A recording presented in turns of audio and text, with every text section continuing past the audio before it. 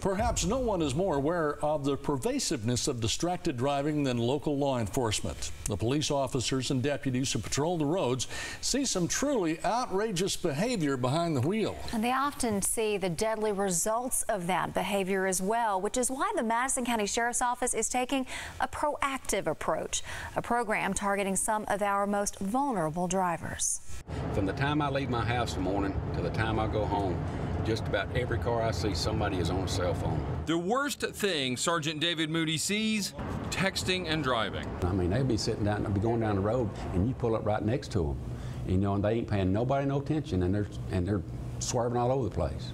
So, of course, at that point, you stop them and advise them, it's against the law to text and drive. But the Madison County Sheriff's Office wanted to do more than just stop people breaking the law. They wanted to stop the behavior. So 5 years ago, the school resource officers started a free distracted driving course, a one-day summer class for students ages 15 and up. It opens their eyes, and that's what we want. We want to get their attention. Sergeant Moody says after a couple of hours in the classroom, the students move to the parking lot.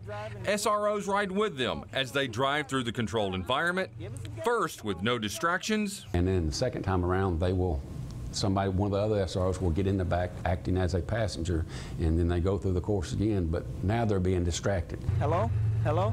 Hey, you want to go to the mall today? I can't. You can't? Why not? Reading a message on the rearview mirror simulates reading a text message. Can you tell me what that says in the rearview mirror up there?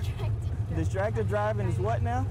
Come on, keep driving. There are also orders to change the radio or get something out of the back seat. And for every cone that they hit, they're counted off. The first summer, about 80 students took the course. Last year, nearly 170 came through. Parents have seen it, and they start making phone calls, and they say, I want my child to go through that class. But it's not just the parents who see the value. Once they get on the course and go through the course, afterwards they tell us, man, I didn't think I'd like this course, but man, I've been taught a lot. And that is why these deputies do it. If they can get through to young drivers here, maybe they'll never be called to help them here. If we can save one life, we've done what we wanted to do. This summer, the Sheriff's Office will offer the distracted driving course at all 5 Madison County high schools, as well as Huntsville High and Bob Jones in Madison. You'll find more information on the distracted driving page of WHNT.com. Again, in Alabama, it is illegal for a novice driver to use any non-essential handheld device. That means it's against the law for them to even talk on the phone while driving, let alone text. It is also illegal for them to drive with more than one non-family member under the age of 21 in the car, or drive between midnight and 6 a.m. with a few exceptions. Those last 2 restrictions are part of Alabama's graduated driver's license program for those under the age of 18. One way to get a graduated license is by completing an approved driver's education course. Most Alabama high schools do offer these courses as an elective, and in recent years, distracted driving has become a major topic of instruction. Still, one driver's ed teacher offers this message to parents. Just like any other subject, it's not enough just for them to study it with me. It has to be enforced and studied at home. Driver's Ed is an elective course in Alabama covering 1 semester. It typically includes at least 30 hours of classroom instruction followed by road training. Of course, how a teenager drives with a teacher or parent watching is probably different than the way they drive with friends. We hear about that and more as we continue our roundtable discussion with some young Huntsville drivers. Talk to me a little bit about some of your friends and your peers and their driving habits. Oh, you go. Well, sometimes when I get in cars with my friends, they'll turn up the music loud and get really distracted and start dancing and stuff, so it kind of scares me a bit. Yeah, doing all sorts of dance moves and stuff. Is it hard to call other people out when you see them doing the wrong thing? I mean, I only do it to my brother, but like if somebody else is driving and they're texting, I'm like, I feel like I have no authority. It's your car, so I can't really tell you. Like my friends, I really don't say anything to them, but I'm in the back seat really scared. If you had to weigh it, technology or passengers, which do you think is more distracting? Passengers. Passengers, because they will also use the technology against you. Like when my mom calls me on the phone, I always, on accident, do something wrong, like run a red light or something, like every single time.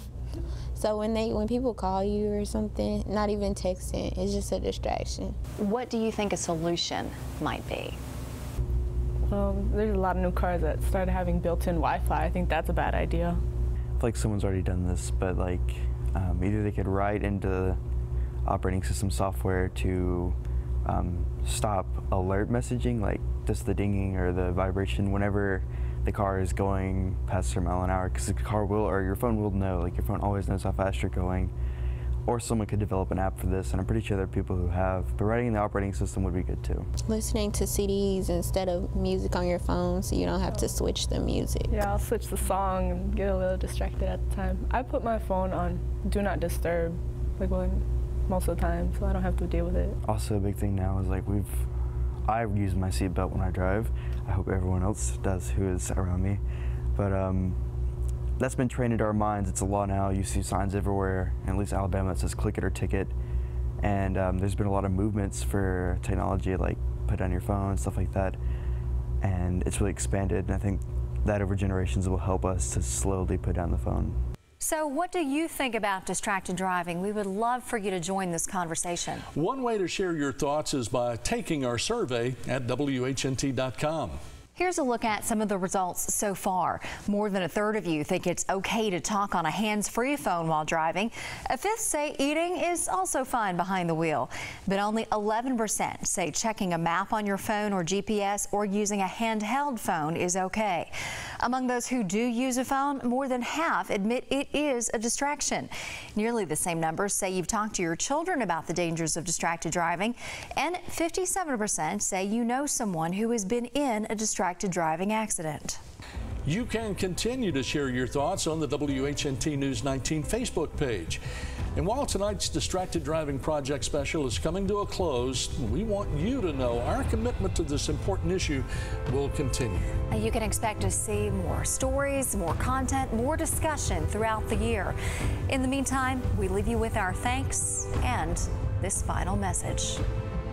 In 2016, the average person won't drink and drive. They won't even get in the car with somebody who's drinking and driving, but the average person will text and drive and ride with somebody who's texting and driving. And people are still doing it. People are still dying from it. The fact remains, you know, if you're flying down the road at 60 miles an hour in a 2,200-pound vehicle, you know, that is just not a good mix. That can be a life changer, whether you're the victim or if you cause somebody to be a victim. Worst thing I want to do is go tell a parent that, you know, I'm sorry, but your child was, you know, killed in a vehicle accident. That's what's so devastating on our men and women is when you go to these automobile accidents and you have death there, and it's becoming too frequent.